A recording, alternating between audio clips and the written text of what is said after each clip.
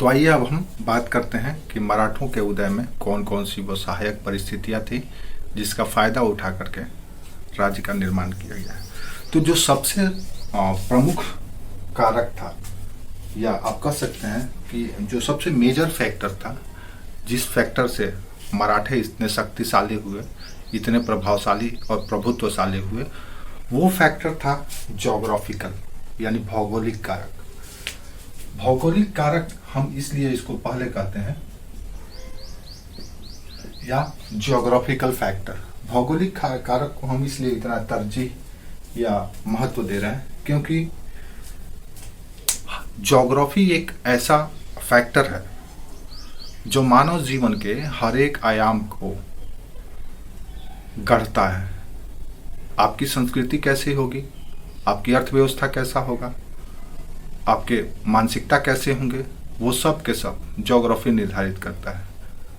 अब plenty area के लोग, मैदानी इलाका के लोग और पहाड़ी इलाका के लोगों में आप अंतर देखे होंगे। पहाड़ के लोग ज़्यादा मेहनती होते हैं, परिश्रमी होते हैं, जुझारू होते हैं। जंगल के लोग ज़्यादा परिश्रमी होते हैं, जुझारू होते हैं, क्योंकि अगर वो परिश्रम नहीं करेंगे, जुझारू नहीं होंगे, तो उनका जीवन यापन मुश्किल हो जाएगा। उन्हें लड़ना पड़ता है, हर दिन संघर्ष करना पड़ता है। प्लेन के लोग, मैदानी इलाका के लोग के साथ ऐसा नहीं है, उनका जीवन थोड़ा सा सरल होता है। तो मराठों के साथ भी ऐसा ही है। ये जो ज्योग्राफिकल फैक्टर है, ये एक अलग ही चैप्टर है जिस पे अगर आप बात करने चले जाएंगे तो 4-5 घंटा आपको इस पर समझना पड़ेगा। तो उधर अभी हम न जाकर के हम अपने टॉपिक पे आते हैं कि भौगोलिक कारक कैसे जिम्मेवार था। तो भौगोलिक कारक मराठों के उदय में कई तरह से सहयोगी रहा। पहला सहयोगी तो ये रहा कि मराठों में एक बल दिया है, चरित्र बल बनाया, चरित्र बल का सृजन किया। दूसरा, इन्हें संघर्षशील बनाया।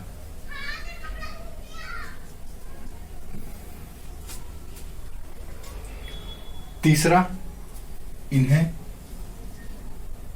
एकत्रित होने के लिए प्रेरित किया, एकत्रित होने के लिए प्रेरित किया। चौथा, भौगोलिक कारक ने ही इन्हें सामरिक सुरक्षा प्रदान की, सामरिक सुरक्षा प्रदान किया। चरित्र बल कहने का मतलब यह है कि जब मराठे जिस भौगोलिक क्षेत्र में थे, आप कल्पना कीजिए, तो इधर समुद्र का तट है, सागर तट है, अरब सागर का तट है, इधर विंध्य है, इधर सतपुड़ा है, इसके बीच में इधर ताप्ती और इसके ऊपर नर्मदा, नीचे ताप्ती, सॉरी इधर ताप्ती और इधर नर्मदा। तो विंध्य, सतपुड़ा, इधर सह्याद्री श्रेणी है। तो ये जो जंगल का पर्वतीय क्षेत्र है, इस पर्वतीय क्षेत्र में मराठे थे और उनको जीवन निर्वाह करने के लिए हर दिन संघर्ष करना पड़ता था। उनको रोजी रोटी कमाने के लिए बड़ी मेहनत करना पड़ता था, क्योंकि ये पथरीली भूमि थी। कृषि का उत्पादन उतना होता नहीं था जितना चाहिए। तो जब जीवन निर्वाह करने के लिए व्यक्ति विशेष को या समुदाय को या वर्ग को संघर्ष करना पड़ता है, तो पेट का आग बहुत भारी होता है। पेट के लिए लोग किसी भी मुकाम पर जा सकते हैं। तो ये जो ज्योग्राफिकल कारण या भौगोलिक कारण था, इससे इनके अंदर एक चरित्र बल प्रदान किया। चरित्र बल कि हमें कैसे रहना है और किस आचरण और व्यवहार के आधार पर अपने जीवन को बचाना है। आप देखेंगे कि इनका जो व्यवहार था पूरी तरह से यहाँ के भौगोलिक स्थिति के अनुरूप विकसित हो गया था। ये इतने संघर्षशील हो गए थे मराठे कि छोटे से छोटे लाभ के लिए, छोटी से छोटी आय के लिए वो किसी भी मुकाम तक, किसी भी हद तक जाने के लिए तैयार थे। इसीलिए इसके वजह से ये गुरिल्ला छापामार में भी, छापामार युद्ध करने में भी पारंगत हो गए थे। स्किल्ड हो गए थे, क्योंकि इनके पास कोई साधन नहीं था। आसपास के पड़ोसी राज्यों में जाते थे, लूट करके जो भी मिलता था लेकर के चले आते थे और शाम को जश्न मनाया करते थे। इनकी जो पहाड़ और जंगल का रीजन था, इन जंगल और पहाड़ के क्षेत्रों में प्राकृतिक संकट भी कम नहीं था। उस प्राकृतिक संकट से बचाते हुए अपने जीवन निर्वाह कर रहे थे। ऐसी स्थिति में ये काफी संघर्षशील हो गए थे और इनका जीवन का शुरुआत ही संघर्ष से होता था। और जिस व्यक्ति के जीवन में संघर्ष होता है उसी व्यक्ति को एक मुकाम प्राप्त होता है। आज भी देखेंगे कि जितने भी सफलतम लोग हैं, चाहे जिस क्षेत्र में हो, व्यापार में हो, प्रशासन में हो, राजनीति में हो, विज्ञान तकनीक में हो, खेल में हो, दर्शन में हो, साहित्य में हो, कहीं भी आप देखने जाएंगे तो सफलतम व्यक्ति वही है जिसके जीवन में अधिकतम संघर्ष रहा है। अब जिसके जीवन में संघर्ष ही नहीं रहा है तो न तो उस संघर्ष न होने के वजह से वो अनुभव कुछ अर्जित कर पाता है, और अनुभव विहीन जीवन बुनियाद विहीन भवन की तरह होता है। जैसे आज आप राजनीति में देखें, खेल में देखें, तो कई ऐसे उदाहरण आपके सामने हैं जिनका जीवन संघर्ष में नहीं रहा और उन्हें पैराशूट से ड्रॉप किया गया है। वो ज्यादा दिन सस्टेन नहीं करते हैं। तो मराठों को शुरू से ही जीवन के लिए, छोटा बच्चा, मराठा का बच्चा पैदा होता था तो देखता था कि उनके पिता कितना स्ट्रगल करते हैं। वो खुद भी स्ट्रगल करता था, पहाड़ों में जाना, लकड़ी काटना, भोजन का व्यवस्था करना, बड़ा होने पर पड़ोसी राज्यों के सेना में शामिल होना। तो इससे उनमें संघर्षशील प्रवृत्ति का विकास हुआ और वो जुझारू हुए। तीसरा, इससे इस ज्योग्राफिकल कंडीशन ने इन्हें यूनाइट होने के लिए भी प्रेरित किया कि सब मिलजुल करके रहेंगे तभी हम अपना जीवन की रक्षा कर सकते हैं। चाहे समाज की रक्षा हो, चाहे जीवन जीने के लिए संसाधनों का जुटाना हो, सब एकत्रित होकर के ही रहते थे और छोटे छोटे ग्रुप में रहते थे। खेती करना हो तो उस समय तकनीक तो था नहीं, ऐसा तो था नहीं कि ट्रैक्टर हो या हार्वेस्टर हो या और आधुनिक संसाधन हो जिससे वो खेती कर लेते। तो खेती, जितने भी एरिया में ये खेती करते थे उतने ही क्षेत्र में इनको खेती करने के लिए एकत्रित होकर के कृषि कार्य करना पड़ता था और उसके बाद ही उत्पादन होता था और तब उत्पादन को वो आपस में वितरित करते थे। तो इन्हें एकत्र होने के लिए, दूसरी ओर इन्हें अपने क्षेत्रों की सुरक्षा करने के लिए भी संगठित होकर के रहना पड़ता था, क्योंकि इधर मुगल सैनिक और इधर दक्कन के सुल्तानों का सैनिक या अनवांछित कोई प्रवेश कर जाए तो उसको रुकने के लिए आपस में ये एकत्रित होकर के, संगठित होकर के रहते थे। चौथा, इस ज्योग्राफिकल फैक्टर ने इन्हें सामरिक सुरक्षा भी प्रदान किया था। पहाड़ों से घिरे हुए थे, पड़ोसी राज्यों से या मुगल क्षेत्रों से उत्तर के प्रांतों में जाते थे, लूट करके चले आते थे और इनके क्षेत्रों में कोई प्रवेश जल्दी नहीं कर पाता था। अगर भूल से कर भी गया तो जंगल और पहाड़ के जाल में फंस जाता था और इनका शिकार हो जाता था। तो ये इनका जो ज्योग्राफिकल फैक्टर था वो कहीं ना कहीं इन्हें फायदा पहुंचाया। ये उन दुर्गम स्थानों में अपना दुर्ग बनाए, उन ऐसे स्थानों में अपना दुर्ग बनाए, किला बनाए, जहां पे पहुंचना एक बहुत ही कठिन कार्य था और इसका फायदा इन्होंने उठाया। इसी भौगोलिक कंडीशन के कारण या ज्योग्राफिकल फैक्टर के कारण इनमें सैनिक का गुण विकसित हो गया। तो कहीं ना कहीं आप देखेंगे कि ये सारी परिस्थितियां इन्हें, भौगोलिक परिस्थितियां इन्हें मजबूत बनाया, इन्हें चतुर बनाया, इन्हें युद्ध की तकनीक में पारंगत किया, परिस्थितियों से, विपरीत परिस्थितियों से जूझने की क्षमता विकसित की। तो सबसे महत्वपूर्ण कारक मराठों के उदय में भौगोलिक कारक था, जिसको आप इन पॉइंट से समझ सकते हैं कि कैसे उनका वो मजबूत हुआ। दूसरा जो कारक था मराठों के उदय का, वो कारक था सामाजिक आर्थिक समृद्धि की लालसा। सामाजिक वर्णानुक्रम में एक पद प्राप्त करने की लालसा और आर्थिक व्यवस्था में आत्मनिर्भर होने की ललक। तो सामाजिक आर्थिक प्रगति की जो लालसा थी वो भी इनका एक महत्वपूर्ण कारक था। सामाजिक आर्थिक प्रगति की लालसा दूसरा कारण था।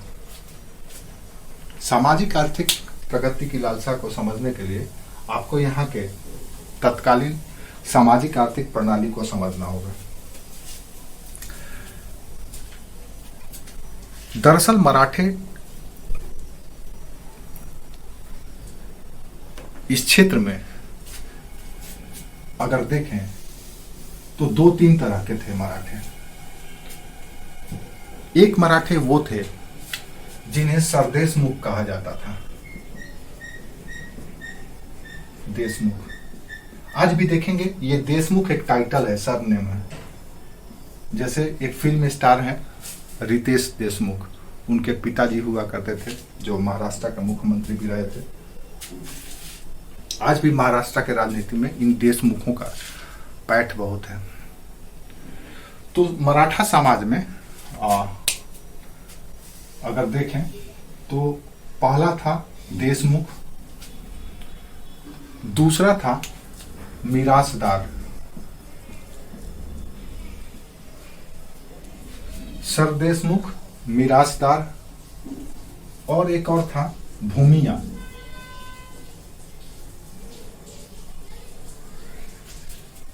ये 3 वर्ग था जो मराठा के भूमि पर, मराठा भूमि के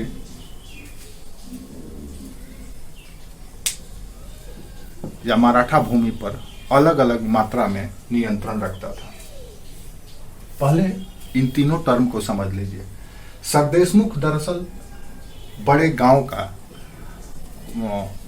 भूपति होता था और उत्तर भारत में जो चौधरी होते थे, गांव के प्रमुख, आप सुने होंगे खोत मुकद्दम चौधरी, यानी कि परंपरागत ये एक तरह से मुखिया हुआ करते थे।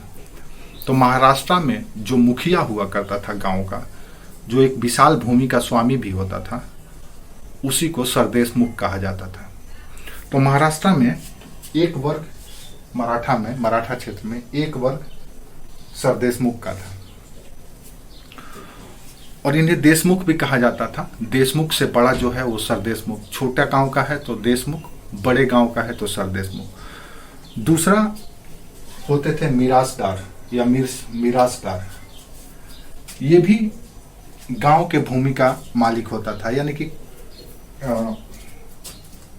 खेतीहर होते थे। इनके पास भी कुछ भूमि का टुकड़ा होता था, तो आप इनको कह सकते हैं कि खेतीहर मालिक थे, जो खेती स्वयं करते थे, खेतीहर मालिक।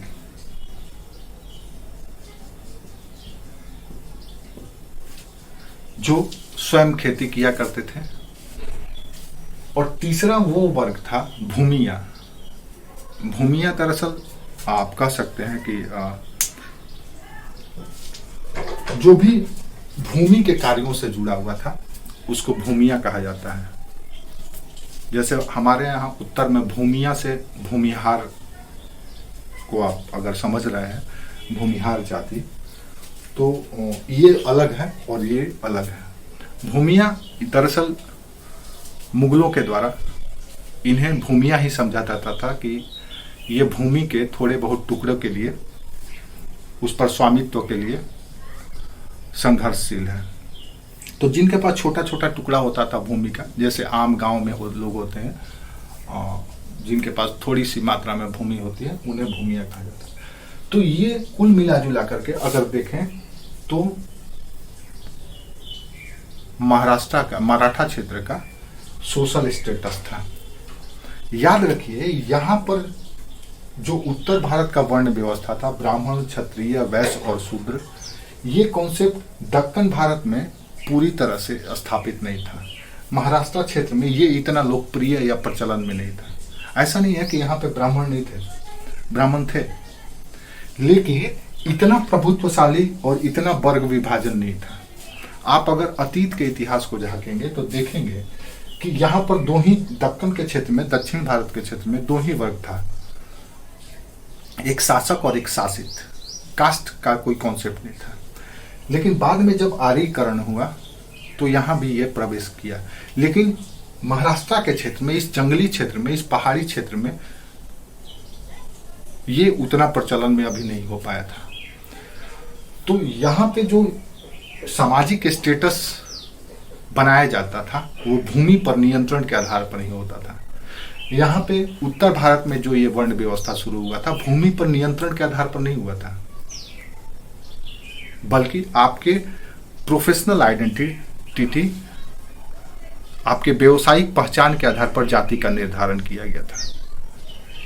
आप देखेंगे भारत में जो जाति प्रथा है वो पैदाइशी पीएचडी का डिग्री प्रदान करता है, जन्मजात पीएचडी दे देता है आपको। आपसे ये उम्मीद की जाती है कि आप जिस जाति विशेष के हैं, आपके उस जाति विशेष के पीछे आपका व्यवसाय निहित होता है। जैसे ही आप किसी जाति की कल्पना करेंगे तो आपके मन में वो याद आ जाएगा कि फलना का व्यवसाय ये होगा। तो जाति व्यवस्था इसीलिए बनाया गया था कि आप इस व्यवसाय के माध्यम से उस क्षेत्र में बेहतर या उत्कृष्टतम परफॉर्मेंस देंगे, प्रदर्शन करेंगे। इसीलिए जाति व्यवस्था का कभी विरोध नहीं किया गया, क्योंकि हर एक जाति अपने कार्य में संतुष्ट था और करके समृद्धि समाज में पाता था, प्रतिष्ठा पाता था। ये बात अलग है कि और अंग्रेजों के आगमन के समय में इसको एक अलग तरीके से मोड़ दिया गया। क्यों? क्योंकि रोजगार के और व्यवसाय के जो परंपरागत साधन थे उसको तोड़ दिया गया अंग्रेजों के द्वारा, और सबको सिर्फ और सिर्फ बाजार के रूप में कन्वर्ट कर दिया गया। तो बहुत सारे लोग अनएम्प्लॉय हो गए और धीरे धीरे अंग्रेजों पर निर्भर होने लगे। उनके यहाँ सेना में सेवा करने लगे, अंग्रेजी में पढ़ करके उनके यहाँ क्लर्क की नौकरी करने लगे। तो धीरे धीरे वर्ग भेद बढ़ता चला गया। नहीं तो आप देखेंगे किसी भी गांव में चले जाएं, उस गांव में हर एक जाति के लोग थोड़े थोड़े मात्रा में मिलते हैं, क्योंकि वो परस्पर एक दूसरे पर निर्भर हैं और इसमें सबकी अपनी प्रतिष्ठा है। इतिहास में भी देखेंगे तो सबके, कोई ऐसी जाति नहीं है जिनकी अपनी राजवंश या राजसत्ता नहीं था। हर एक जाति का था, हर एक जाति का अपना इलाका था, अपना शासन था। तो सब जाति अपनी अपनी व्यवस्था में, अपने अपने तंत्र में सेट थे। लेकिन यहाँ की स्थिति कुछ अलग थी। यहाँ पे भूमि पर नियंत्रण के आधार पर समाज में वर्गीकरण था। जो सबसे ज्यादा था वो सरदेशमुख, उसके बाद मिरासदार और उसके बाद भूमिया का नंबर आता है। अब मराठों के उदय में, जो मराठों का उदय हुआ वो उसी में भूमिया और कुणबी, कुणबी टर्म भी याद रखिएगा। कुणबी दरअसल किसानों के लिए ये टर्म यूज किया जाता है महाराष्ट्र में। कुणबी और भूमिया, इन्हीं लोगों के बीच से मराठा शक्ति उभरा। कैसे उभरा? तो दरअसल जब मराठों के बीच से ही कुछ लोग जब अपनी सामाजिक प्रतिष्ठा बढ़ाने लगे, जब आर्थिक संसाधनों पर नियंत्रण करने लगे, तो वैसी स्थिति में इनकी सामाजिक प्रतिष्ठा भी बढ़ाने की लालसा हुई। और इसी क्रम में इन्होंने बड़े बड़े सरदेशमुखों को, उनकी सैनिक शक्ति को कम किया गया और कम करके अपने बराबर में ला करके उसमें से जो श्रेष्ठतम निकला वो निकला शिवाजी। वो बने शिवाजी और उन्होंने फिर मराठा राज्य का निर्माण किया। तात्पर्य यह है कि मराठा राज्य में ऐसे ऐसे ये या इस वर्गीकरण के कारण से यहाँ पर बड़े बड़े सरदेशमुखों का नियंत्रण था। इससे समाज में, इस मराठा भूमि में एक तरह से डिस्क्रिमिनेशन या असमानता फैल गया था। और इस डिस्क्रिमिनेशन का फायदा उठाया गया, राजनीतिक फायदा उठाया गया, जैसे आज भी उठाया जाता है। पॉलिटिकल ब्लैकमेलिंग किया जाता है, चुनाव से पहले बार्गेनिंग किया जाता है, जाति के नाम पे, क्षेत्र के नाम पे, भाषा के नाम पे, धर्म के नाम पे। यहाँ भी वही हुआ। कैसे किया गया? तो जब आप देखेंगे तो शिवाजी जब अपने राज्य का निर्माण करना शुरू किए तो इन्होंने इन बड़े बड़े सरदेशमुखों के शक्ति को कम किया, इनकी सैनिक शक्ति को इनको पराजित करके। जो अलग अलग सरदेशमुख थे, अगर वो रहते तो मेरे मराठा राज्य में नहीं मिलते। वो या तो सुल्तानों से मिल करके षड्यंत्र करके इनको, या इनके खिलाफ हमेशा प्रतियोगिता करते, द्वंद्व करते, तो ऐसी स्थिति में राज्य का निर्माण नहीं हो सकता था। तो इसीलिए इन्होंने सबसे पहले जो शिवाजी ने किया, इस आर्थिक बुनियाद पर जो सामाजिक वर्गीकरण था उसको रिकंस्ट्रक्ट करने का कोशिश किया। कैसे किया? तो उन्होंने इन बड़े बड़े सरदेशमुखों के सैनिक शक्ति को कम किया, उनको पूरी तरह से खत्म नहीं किया, उनके अस्तित्व को बनाए रखा, क्योंकि उनको भी बनना था सरदेशमुखी। सरदेशमुख बन जाएंगे तभी सरदेशमुखी वसूलेंगे। तो उनकी शक्ति को कम करके उनकी क्षमता को कम कर दिया गया, और इनके चंगुल से जो भूमिया और कुंभी जैसे लोग थे, जो इनके कहीं ना कहीं शोषण का शिकार होते थे, उनको इनके चंगुल से निकाला शिवाजी ने, और निकाल करके अपने पक्ष में इन्हें तैयार कर लिया। एक तरफ इनको कमजोर किया, दूसरी ओर इनको मजबूत किया शिवाजी ने, कुंभी को, भूमिया को, जो छोटे छोटे लोग थे, और ये मिरासदार जो छोटे किसान भूमि के टुकड़े के मालिक थे, इनको भी अपने में शामिल कर दिया। तो एक अलग तरह का द्वंद्व या एक अलग तरह का प्रवृत्ति मराठा राज्य के निर्माण में दिखता है, और इनको मिला करके इन्होंने सरदेश मुखों को दबा करके अपने बराबर ले आया है, और बराबर ला करके फिर इसी में से अपनी श्रेष्ठता स्थापित करना शुरू कर दे। मान लीजिए ये शिवाजी हैं, अब ये सारे सरदेशमुख बराबर हो गए, अब इसमें से कोई ऐसा नहीं है जो शिवाजी से ऊपर हो, शक्ति के मामले में, संसाधन के मामले में। अब शिवाजी को इन्हीं सरदेशमुखों के बीच से स्वयं को श्रेष्ठ बनाना था, और जब श्रेष्ठ बन गए तो इन सारे सरदेशमुखों से सरदेशमुखी वसूलने लगे और स्वयं एक राज्य की स्थापना कर दिए, जिसके अधीन ये सारे सरदेशमुख बने रहे। ऐसे नहीं कि खत्म हो गए, इनको भी अपने साथ मिला लिया, इनको मिला करके इनके खिलाफ यूज किया गया, लड़ाई में अपने सैनिक में, सेना में भर्ती किया गया, लड़ाके में भर्ती किया गया। इसीलिए आप देखेंगे कि मराठा जब पतन हुआ था, और या पानीपत के युद्ध में भी देखेंगे या उसके पहले भी देखेंगे, तो मराठा कई छोटे छोटे ग्रुप में या संघ में बटे हुए थे।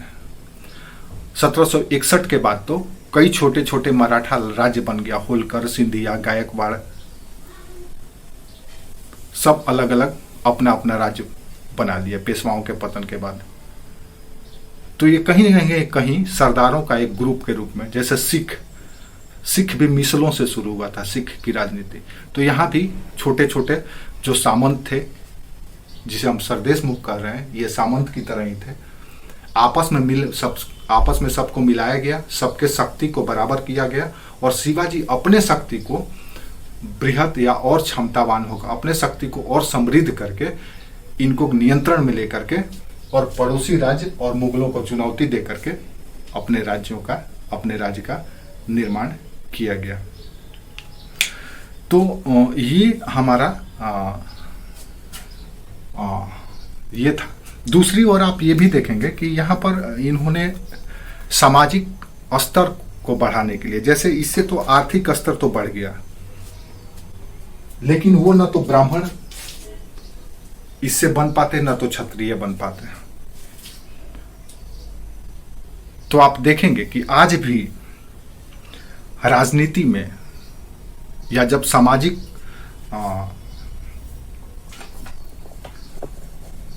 पुनरुत्थान का दौर शुरू होता है, तो आर्थिक संसाधनों पर नियंत्रण के उपरांत हर एक व्यक्ति या हर एक समुदाय की महत्वाकांक्षा होती है कि उसकी सामाजिक प्रतिष्ठा भी बढ़े। और अगर भारत में है तो भारत की सामाजिक प्रतिष्ठा का मूल जाति है। आप चाहे कितना भी संसाधन संपन्न हो जाए, साधन संपन्न हो जाए, लेकिन आपकी प्रतिष्ठा तभी होगी वर्तमान में भी जब किसी उच्च जाति विशेष में या किसी उच्च जाति विशेष से आपका संबंध हो या आप उच्च जाति विशेष का प्रतिनिधित्व करते हैं। इसीलिए शिवाजी ने भी इसको या सामाजिक उन्नयन के लिए अपने वर्णानुक्रम में अपने सामाजिक स्तर को बेहतर बनाने के लिए स्वयं को क्षत्रिय घोषित कराया। तो दूसरा जो सामाजिक उन्नयन का प्रयास किया गया आर्थिक संसाधनों पर नियंत्रण के उपरांत, वो था स्वयं को वर्ण व्यवस्था में श्रेष्ठ साबित करना। और श्रेष्ठ साबित इसलिए ताकि इनकी जो सत्ता है, इनकी जो श्रेष्ठता है, उसको उसकी वैलिडिटी हो सके या उसको सर्टिफाई किया जा सके, उसको मान्यता दिया जा सके, समाज उसको स्वीकार कर सके कि जो शासन कर रहा है या जिसके नेतृत्व में हम लड़ रहे हैं वो श्रेष्ठ जाति से है, साधन संपन्न है, तभी लोग उनके पीछे खड़े रहेंगे। इसीलिए शिवाजी ने जब अपने राज्य निर्माण का दौर शुरू किया तो इस समय की जो सामाजिक संपन्न या सामाजिक रूप से प्रतिष्ठित वर्ग था, जैसे सिरके, मौर्य, निम्बालकर, घोड़परकर, ये जो ब्राह्मण कम्युनिटी था, इनके साथ भी इन्होंने संबंध बनाया, वैवाहिक संबंध स्थापित किया। जैसे आप नाम लिख लीजिए, जान लीजिए, सिरके, निम्बालकर, घोड़परे, मौर्य, ऐसे जो सामाजिक रूप से प्रतिष्ठित वर्ग था, उनके साथ वैवाहिक संबंध स्थापित किया और वैवाहिक संबंध करके अपने पुत्रों का विवाह करके अपनी सामाजिक प्रतिष्ठा पाई।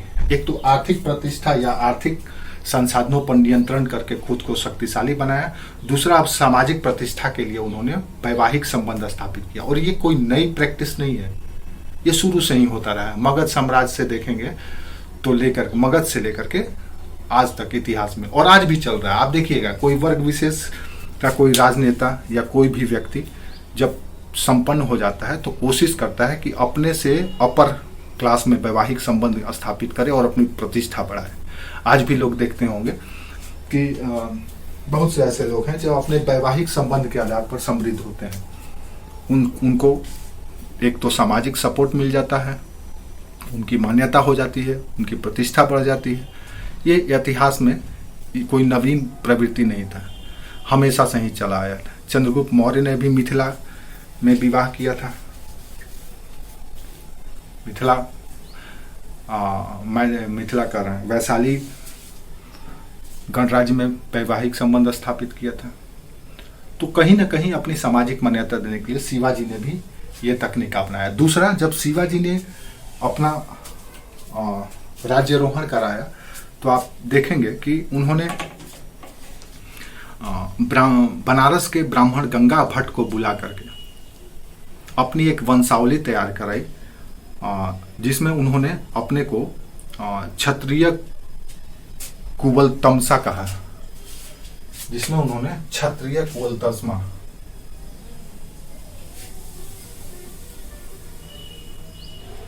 यानी कि क्षत्रिय कुल का आभूषण के रूप में स्वयं को कराया। ये क्षत्रिय कुल से थे नहीं, इनका वंश क्रम क्षत्रिय कुल से था नहीं, लेकिन उन्होंने, क्योंकि इसका कोई साक्ष्य मिला नहीं है कि वो क्षत्रिय थे, लेकिन उन्होंने जब अपना राज्यारोहण कराया तो बनारस के ब्राह्मण गंगा भट्ट को बुला करके अपने वंशावली तैयार करवाई और उसमें ये दिखाया कि वो क्षत्रिय हैं और स्वयं को क्षत्रिय कुल तस्मा के उपाधि से विभूषित किया कि ये क्षत्रिय कुल के आभूषण की तरह है। इससे क्या हुआ कि उनको एक तरह से सामाजिक मान्यता भी प्राप्त हो गया। और इस प्रयास में उन्हें आप कह सकते हैं कि छोटे छोटे जो कुनबी और भूमिया वर्ग था, उन्हें भी, उनके मन में भी ये आशा थी, ये आकांक्षा थी, वो भी चाहते थे कि उन्हें भी आर्थिक संसाधनों पर नियंत्रण मिले, इनके चंगुल से मुक्ति मिले और उन्हें भी सामाजिक प्रतिष्ठा प्राप्त हो। तो इन्होंने भी शिवाजी की मदद की। तो ये दो प्रमुख फैक्टर हम लोग देखे और इसको आपको समझना पड़ेगा और इसी के आधार पर राज्य निर्माण की बात करनी होगी। और भी कारक हैं जिसकी व्याख्या हम लोग नेक्स्ट कड़ी में करेंगे।